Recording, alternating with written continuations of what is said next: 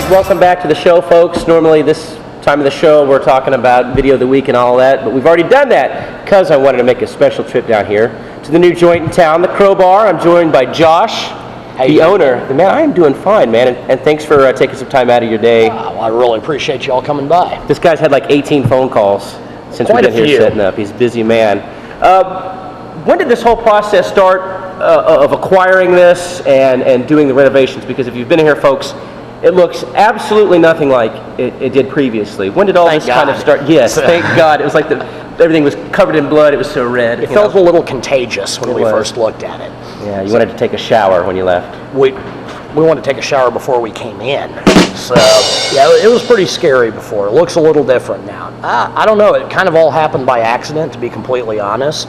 A friend of mine who happens to be the general manager here, Josh Galbraith, and I decided we're going to make it a point this summer to actually do something fun instead of just working and drinking all the time.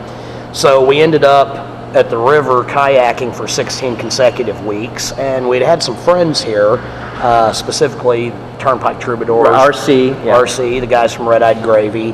And one night RC mentioned to us that he had a bar for sale or for rent.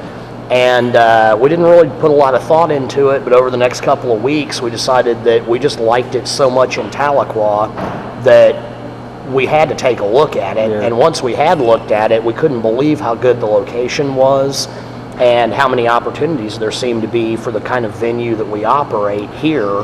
And finally, we came to the conclusion we'd be really stupid to not do it. Yeah. Now, did you know about the... folks, I'm serious, the ceilings are just incredible. This is the old school original stuff, and the whole front. Did you know that was there, before the wheel started turning, or was that just hey, what's behind here? Hit it with a hammer, look at all this. Well, the ceilings we had a bit of an idea about because there had been a suspended ceiling on one side of the room, and during one of the first few visits, we knocked a couple of ceiling tiles loose and saw that the 10 was up there, but we had no idea what condition it was in or to what extent it still existed. Right. So a lot of the remodel process was kind of a treasure hunt, and there turned out to be more here than we initially anticipated, which really made us very happy because we always just thought that the closer we could get it to the original architecture, the better it'd be. Cool. Well, you've done a fantastic job, and it was about 2 months of not sleeping? 2 months of not sleeping, 2 months of 7 days a week work, 2 months of wondering whether or not there was still any money in the bank account. Right. So, that's always a concern. It's always a concern. It was a little bit bigger concern during this project than it's ever been before. Well, you're not only into the aesthetics of how a place looks, but here's something unconventional, at least for around here, with the music side of it, the live music side of it. I'll come out and say it. Cover bands, you're out. Cover bands are out. And one could make an argument that is not a good idea because there's the feeling of, well, people want to come out and they don't want to hear your stuff. They want to hear the stuff that they hear on the radio. But you could also make an argument why that's a bad idea. Why do you just put them out there, put both the set out there and say, here's the deal, you don't like it? Fine. Well, I mean, I've always had the feeling that there are plenty of places to go for karaoke or cover bands, or to listen to piped-in music either on a jukebox or a house sound system. It's easy to do. It's easy to do, and it also puts you in competition with everyone else in the marketplace. And a key to running any establishment, whether it's a restaurant or a record shop or a bar, is to establish your own identity. Now, it just so happens that I happen to like all of the music that we're bringing in, which makes it easier for me to operate. I think I'd have a hard time operating a venue that only played things I couldn't personally stand. It'd suck to go to work, and you own the place. It would suck to go to work then. And who wants to make their own job in an environment where you don't enjoy being there? Right. But I think there's excellent opportunity, particularly in Tahlequah in this part of the state, because there seems to be a higher level of appreciation for original music. I had a conversation with Tom Barlow a few months ago when I think we got over 20, 25 bands, people that are in bands or the whole band, and that's not even including the bands that we don't know about that are in Tahlequah. Well, and that's right. And actually at the other two venues, both Mercury Lounge in Tulsa and Blue Note in Oklahoma City, we've consistently played blade axe from Tahlequah and the surrounding area. So it seems to just be a really good fit. And also, because this style venue has not been available in the area before, or at least not since Roxy's was in its heyday, there seems to be a real thirst on the part of the local population for what we're doing. Cool.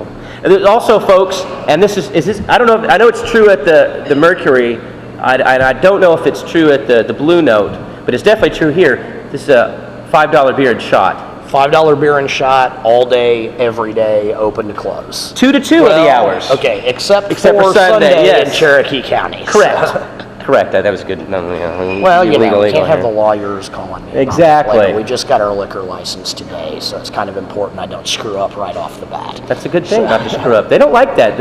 Oklahoma doesn't like you screw up with liquor. No, Oklahoma doesn't like you to do it right with liquor, so screwing up's really bad. This is true. This is true.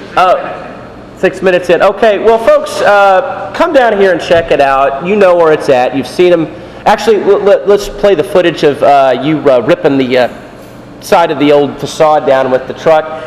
Boom! Look at that. We were out here filming this, and we were just cracking up the whole time. You told me later, I guess I had left. I had to go to lunch or I had to do something, but you almost tore the axle off the back of your truck. Apparently, we at one point had accidentally thrown the strap around part of the original structure, which turned out to be a little stouter than the facade that had been installed later. And we actually had the back wheels of the truck about 2 feet off the ground at one point in time before we figured out something was wrong. Something was wrong. Yes. It was a really amusing process in a lot of ways, and we had a good time doing it. You're lucky, though, that UPS truck came up and parked in the middle of the road, because that was kind of like a lineman for you, so you were able to go out there and yank that thing out. You can't see the UPS truck in the footage, I don't think, but that made some of that time available to do that possible. Well, yes, and it was helpful since we accidentally ended up doing it during lunch hour, which led to a little more traffic on Muskogee Avenue than we'd anticipated. And a little bit of debris on Muskogee, but we kept the debris off the Muskogee, off Muskogee Avenue. Joe Williford, our local building inspector, really needs to know that. We kept the debris out of the street. Exactly. Is that what I said? We'll pretend I did. Thank you so much for taking the time, and I wish you the best of luck. I think the feeling on the street that I picked up on is that we're glad you're here, and we hope you stay. Well, we're glad to be here. We intend to stay, and we thank everybody that's come in so far, for their patronage. We hope to be able to continue to provide entertainment and atmosphere that they enjoy. You've done a good job so far. And if you find yourself in Tulsa, check out the Mercury Lounge.